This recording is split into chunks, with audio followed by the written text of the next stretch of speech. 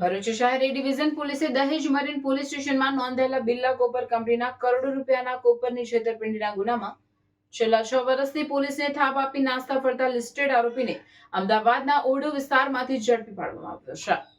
વર્ષ 2020માં દહેજ ખાતે આવેલ બિરલા કોપર યુનિટમાંથી અંદાજે 36.70 ટન કોપર, જેની કિંમત 3,51,09,522 થાય છે ના મુદ્દામાલ બાબતે વિશ્વાસઘાત અને છેતરપિંડીનો ગુનો નોંધાયો હતો। આ કેસમાં સંડોવાયેલ આરોપી ધરપકડથી બચવા માટે છેલ્લા 6 વર્ષથી નાસ્તો ફરતો હતો। ભરૂચ જિલ્લા પોલીસ અધિક્ષક મયુર ચાવડા અને વડોદરા વિભાગના પોલીસ મહાનિરીક્ષકની સૂચના મુજબ નાસ્તા ફરતા આરોપીઓને પકડવા માટે ખાસ ઝુંબેશ ચલાવવામાં આવી રહી છે, જે અંતર્ગત ભરૂચ શહેર એ ડિવિઝન પોલીસ મથકના ઇન્ચાર્જ પીઆઈ વી.એ. ડોડિયાના માર્ગદર્શન હેઠળ સર્વેલન્સ ટીમ કાર્યરત હતી, જેમાં પોલીસને બાતમી મળી હતી કે આ ગુનાનો મુખ્ય આરોપી અમદાવાદના ઓઢવ વિસ્તારમાં છુપાયેલો છે।